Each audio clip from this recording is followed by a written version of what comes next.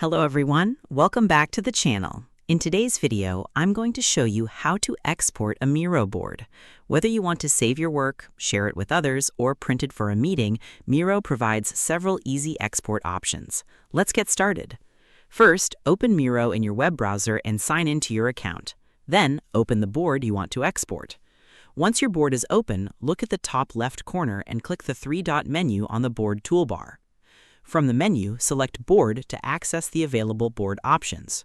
Next, choose Export. You'll see several export options depending on your Miro plan and permissions.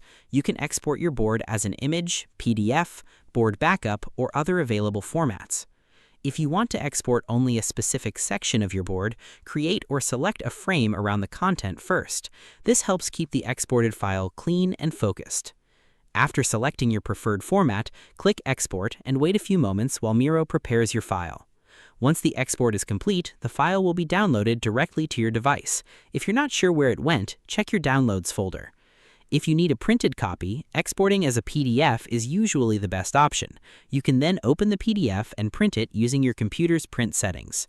Keep in mind that some export features may vary depending on your Miro subscription plan, browser, or device. And that's it. You've successfully exported your Miro board and now can share, save, or print it whenever you need.